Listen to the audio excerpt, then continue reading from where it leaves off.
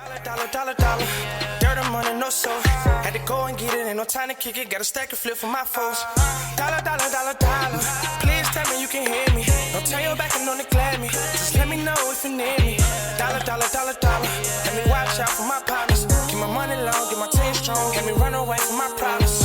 Yo, what's good, original crew, man? We're back. Hey, man, we're back on the channel with another video. How every serial killer died. Do you know how some serial killers died out here? I know how. She like sobbles.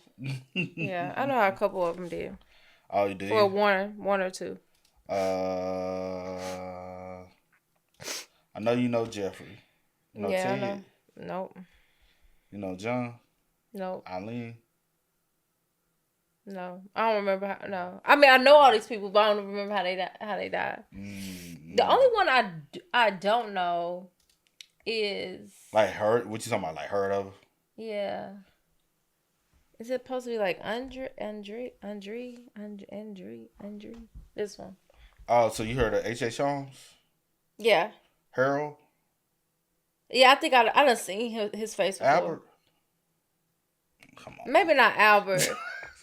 I feel like I done seen Albert before, or maybe he's. We're gonna see. Make sure y'all check out the links in the description box. Down below. Y'all know where to go, man. You want to first support? Hey, all the links in the description box. Mm-hmm. Also, if you enjoyed today's video, like it with a thumbs up. If you ever have a requested video or anything you want to see us do, man, always go to the Discord. That's where we're gonna find out. You can put the links and stuff in the Discord. That link is in the description box down below. Also, if you're new to the channel, thank you. Go ahead, hit the sub, and we appreciate that. Let's go. Let's check it out. Let's see what's about. You ready? Already.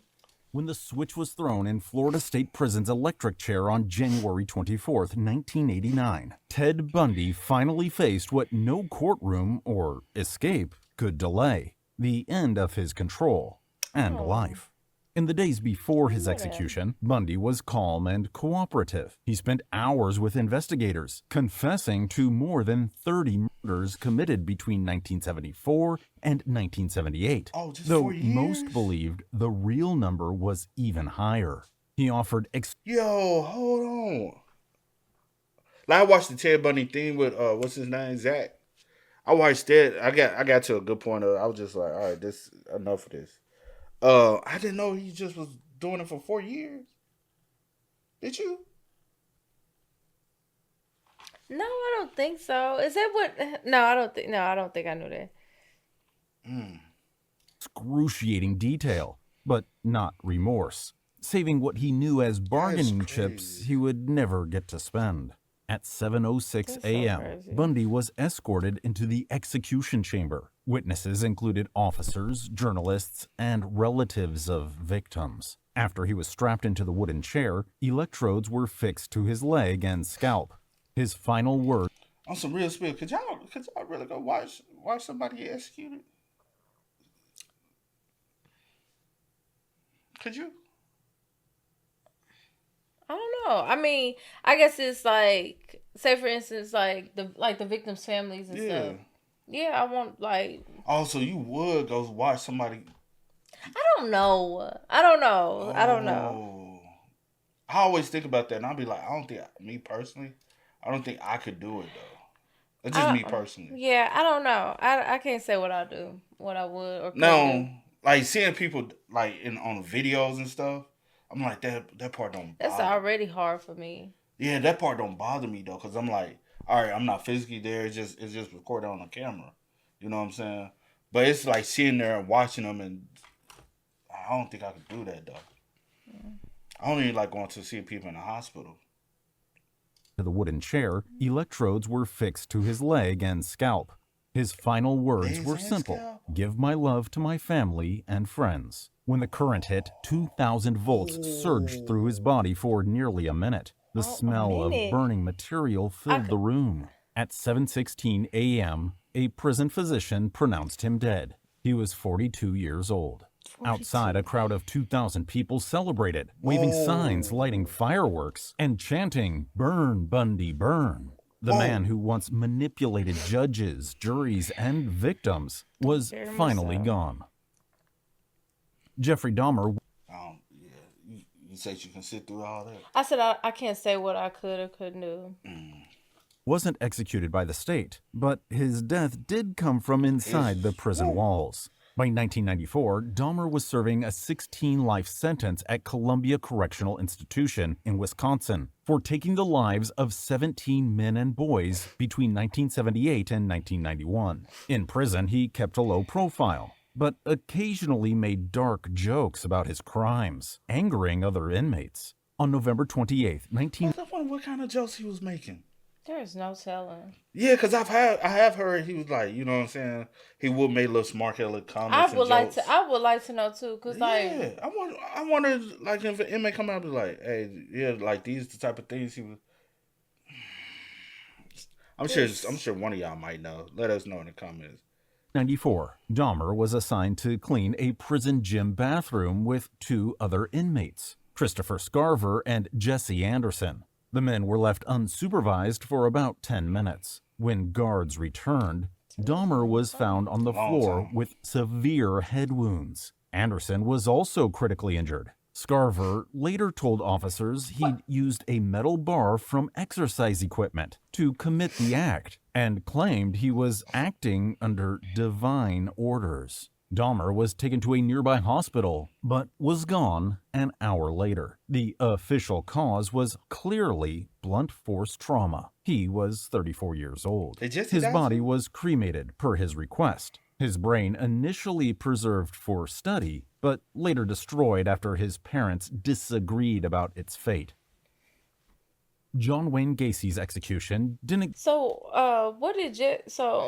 Did Jesse say stuff, or he just felt led to do whatever he did? I think it was just for him, just wrong place, wrong time. Oh, yeah.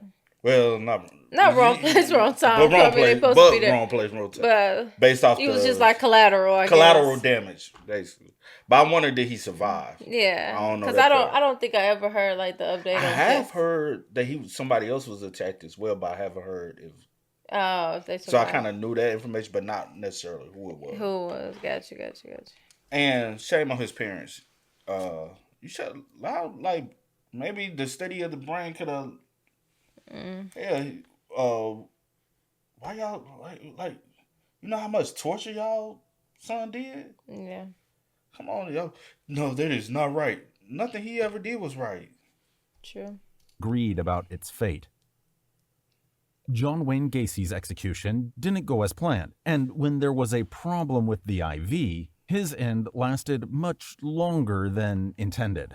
He spent the day in prayer with a Catholic priest, and for his last meal had a bucket of KFC chicken, French fries, fried shrimp, strawberries, and a Diet Coke. Not a Coke, a Diet Coke. Even as he prepared for execution, he couldn't bring himself to risk the sugar. Outside the prison, crowds gathered to celebrate the end of a man who had taken the lives of 33 young men and boys. Shortly after midnight, Gacy was strapped to a gurney in the execution chamber. He appeared calm and even joked with guards. His last reported words were, "Kiss my ass." 2 IV lines were inserted to deliver a 3-chemical sequence meant to end his life within minutes. But before the injection began, something went wrong. One of the tubes clogged, forcing a delay of about 10 to 18 minutes as technicians scrambled to fix the line and find a new vein.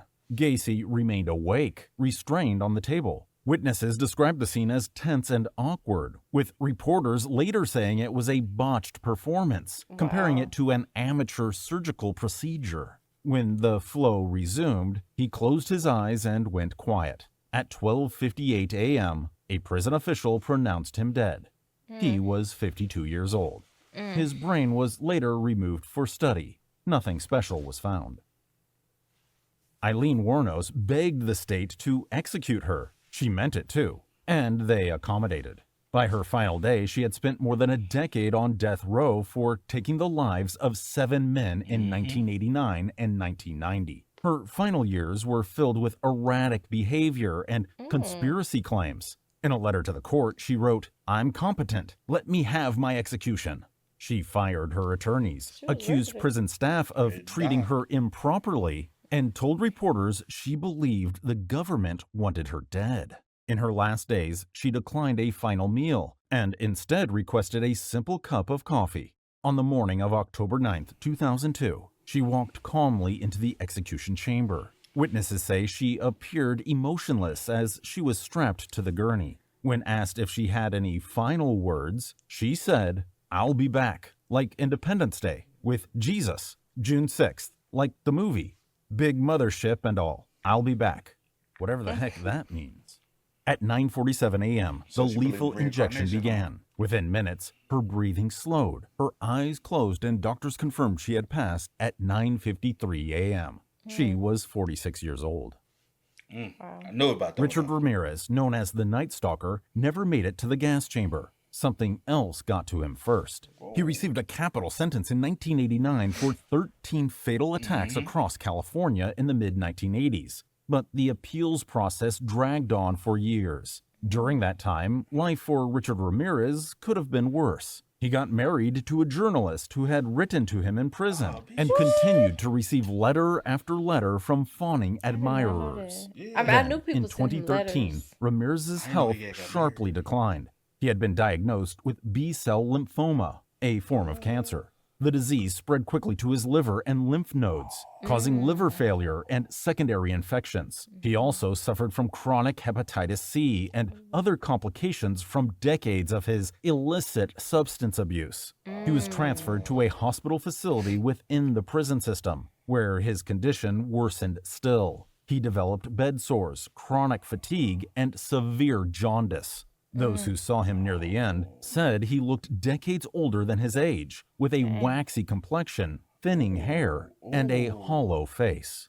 At 9:10 a.m. on June 7th, 2013, Richard Ramirez passed away from liver failure secondary to lymphoma. He was 53 years old. Wow. I ain't know his death. Like the year? Or just yeah, how? year and how. Yeah, that balls. Yeah, same. Damn, so what? I wonder what he looked like when he died. Because you know, a lot of crazy people on the internet do obsess with his image and his look. Because one time we did a video about him, and somebody was like, "Only if he could have lived a different life, he would have been a model." Oh, some girl had come in and said, No, it was a dude. "Oh, I remember a girl coming in something crazy. I don't remember if it was about him or." No, but yeah, it was about somebody. And they was like, he could have been a model. He would have been famous and all this stuff. I'm like, crazy obsession with. I think it was about Jeffrey.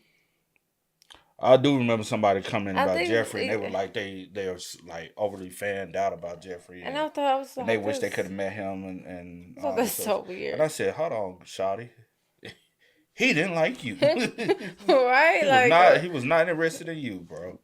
Child. Family members claimed his body.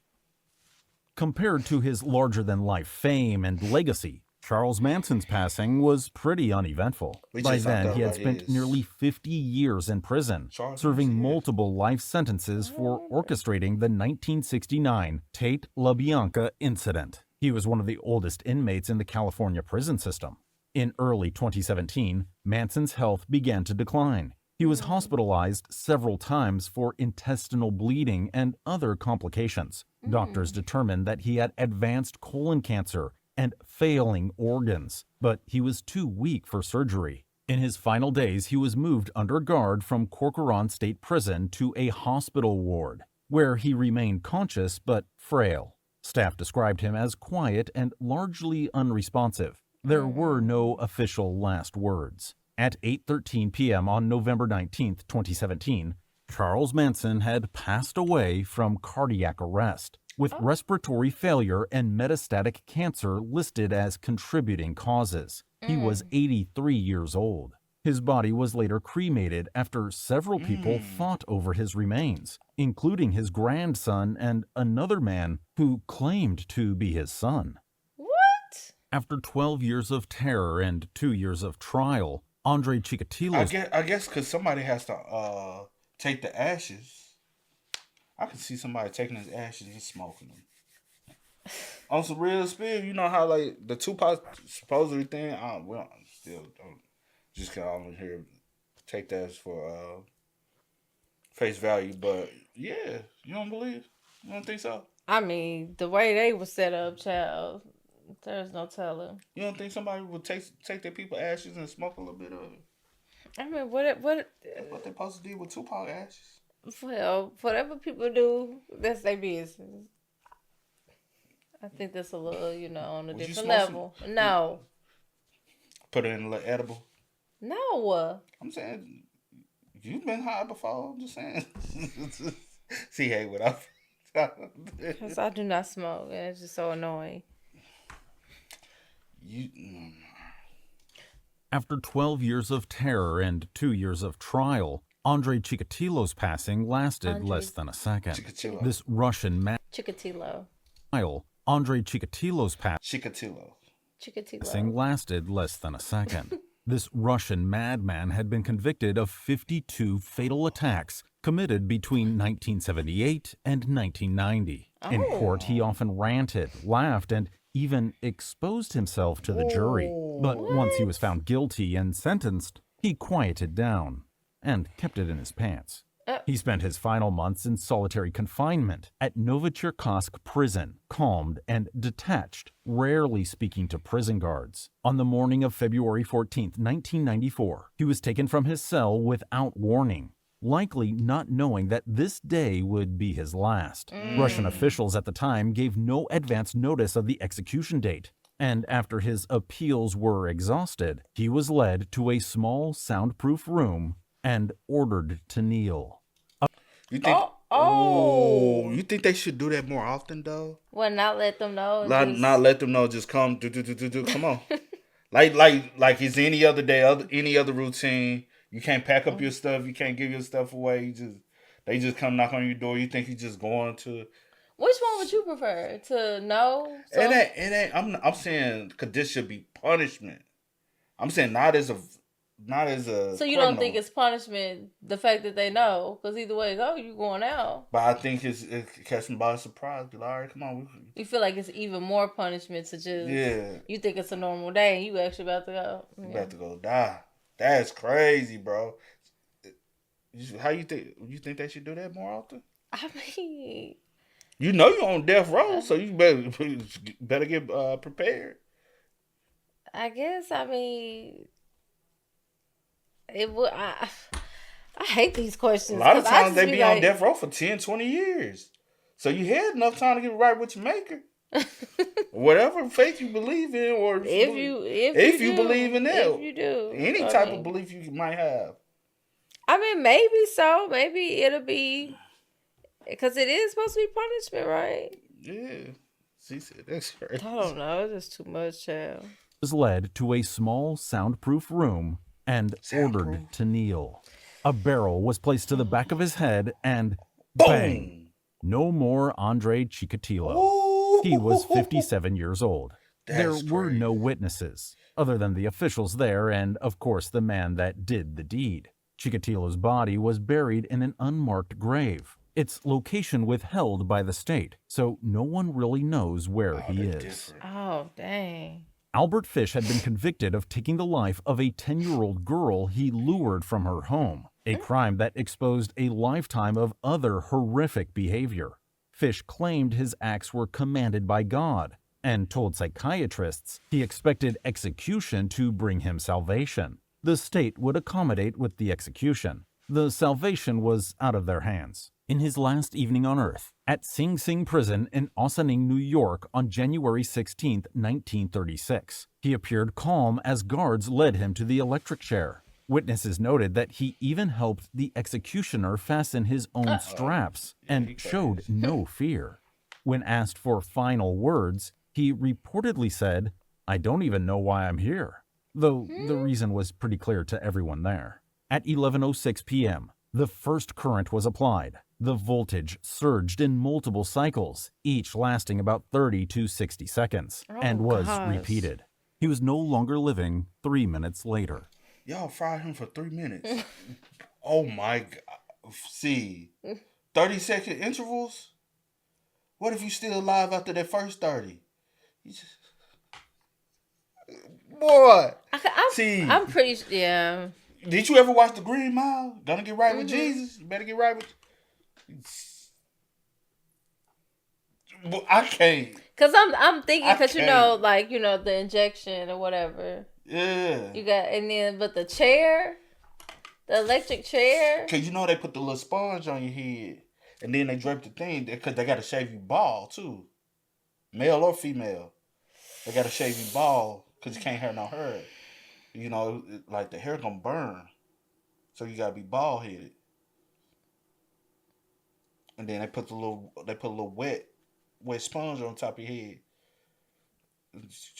I know they did that in the movie, but do they do that in real life? Hey, I'm assuming they do that in real life based off the movie, because the movie was like. Sometimes the movies, like but I do wonder, like, because I get it with the water. Yeah. I just want, And see, you just in the chair. Put your hands like this. I'm not putting my hands. Put your hand like this and sit straight up and just. Hey, that's crazy. See, you try it. I'm not sure. Try. Just sit straight up. Put your hands on your. I'm sitting up because pull your thing up so you can be. I'm not doing that. I'm not about to sit here and act like I'm about to get electrocuted. That is. And you can't shake your leg, kick your legs out because they strapped down. That's insane. Boy, I could not, bro. For 3 minutes, I'm overdone, bro. Very well. More than well dried out. The execution reportedly required 2 jolts to complete, though officials never confirmed whether that was due to technical issues. That's fucked up. He's like, a little extra won't. He did it. Hurt. He did anyway. Yeah, for that little girl. That's crazy. I'm gonna have to go watch Green Mile again, man. And no, I didn't know about him. I thought I did, but I didn't. Issues or his body's reaction. The doctor who examined him afterwards described his passing as instantaneous, though some witnesses believed it took longer than usual. His body was buried in Potter's Field on Hart Island, New York, as it was unclaimed. When the noose was hung around H.H. Holmes' neck and the trap door opened beneath him, the crowd thought it was over. It wasn't. Holmes had spent years deceiving and defrauding anyone who crossed his path. In Chicago during the 1890s, he built a 3-story maze of rooms and hidden chambers, later called the Murder Castle, where several people who entered were never seen again. He was finally caught for taking the life of a business. Oh, he the first Jigsaw. Want to play a game? See, he's the first Jigsaw. Business associate during an insurance scam. On the morning of his execution, he had eaten eggs and dry toast and thanked the guards for their courtesy. When asked for final words, he calmly denied any wrongdoing, claiming responsibility for only 2 accidental mishaps. No one believed him. On May 7, 1896, at Moyamensing Prison in Philadelphia, a noose was tied around his neck and the trap door fell. But it failed to break his neck cleanly, and he slowly lost his breath. Witnesses said he didn't flinch or struggle, just hung motionless as if waiting for something. He hanged there for nearly 20 minutes before doctors finally confirmed there was no longer a pulse. What came next? Which one would y'all rather do? Y'all want the electric chair? That I don't want to repeat it for YouTube purposes. Electric chair, the pew pew, or the injection. Some people say the injection is cruelty too, though. Yeah. See, like the fastest one is gonna get me up out of here. But even the pew pew might not even be the fastest. You just gotta make sure you get it in the right spot. I've seen people survive a headshot. My stepbrother survived a headshot. So you gotta get it in the right spot. He's still living. Yeah, that's different. Those circumstances was different because it went through somebody else to him. But you never know, though. If you hit it up to the side a little bit, they don't go up. Just make sure you know what you're doing if you go do it. Shoot. Holmes had planned for. He requested that his body be buried 10 feet underground in a coffin encased in cement to prevent anyone from digging him up. The prison, for some reason, granted the request, sealing him beneath layers of concrete. When his grave was exhumed more than a century later for DNA testing, his mustache was still intact. What? Harold Shipman was a respected family doctor in England for decades, known for his calm manner and spotless record. By the time he was caught in 1998, investigators believed that he had taken the lives of more than 200 of his patients, making him one of the most prolific Did we do Yeah, a we know about it. Yeah, that's what I said. I do think I know about him. Yeah, we know about him. You remember him. That man. Did we do Baller? Yes, that's who yep, that's exactly what it was. You remember? Oh, because he did do. figures in modern history. He had used his medical position to administer lethal doses of painkillers, often signing the death certificates himself. He was convicted in 2000 for taking the lives of 15 people and sentenced to life imprisonment with no possibility of release at Wakefield Prison. On the morning of January 13, 2004, guards found him hanging in his cell. He had torn a bed sheet into strips and tied it to the bars of his window. He was 57 years old. Shipman left no note. Prison staff later said he had shown no signs of distress or mental illness. Some speculated that he timed his passing to spare his wife the loss of his pension, which might have been revoked had he lived beyond his 60th birthday. When guards finally... That's what happened with, what's his name, Hernandez? That's what they believe happened with him. So his daughter can be set. So she'll inherit the money. Finally checked Elizabeth Bathory's cell on August 21st, 1614. She was lying on the floor, cold and still. After 4 years of isolation, even her jailers weren't sure when she'd stopped breathing. Known in legend as the Blood Countess, Bathory was accused of committing terrible acts on scores of young girls at her castle in Hungary between 1590 and 1610. The true number of victims remains uncertain. Official records mention around 80, but later accounts claim it to be into the hundreds. Wow. In 1610, King Matthias II ordered her arrest. Unlike her accomplices who were executed, Bathory was never tried. Instead, she was imprisoned for life inside Catchtis Castle, bricked into a small set of rooms where food was passed through an opening. Over the years, her health deteriorated. She reportedly expressed discontent with her confinement, likely worsened by cold, isolation, and lack of light. Poor girl. By 1614, she could no longer stand. One morning, she told a guard she felt unwell. By the next day, she was gone. She was 54 years old. Her body was buried in the castle grounds before being quietly moved to a family crypt, possibly to avoid vandalism. The woman, once accused of bathing in blood, died in total darkness, alone behind a wall. Ed Gein, despite taking the lives of 2 women and exhuming corpses from local graveyards, was never executed. You see, he had been declared legally insane and was committed to the Central State Hospital for the Criminally Insane in Waupun, Wisconsin, later transferred to the Mendota Mental Health Institute. In July 1984, Gein was admitted to St. Mary's Hospital after suffering respiratory problems and weight loss.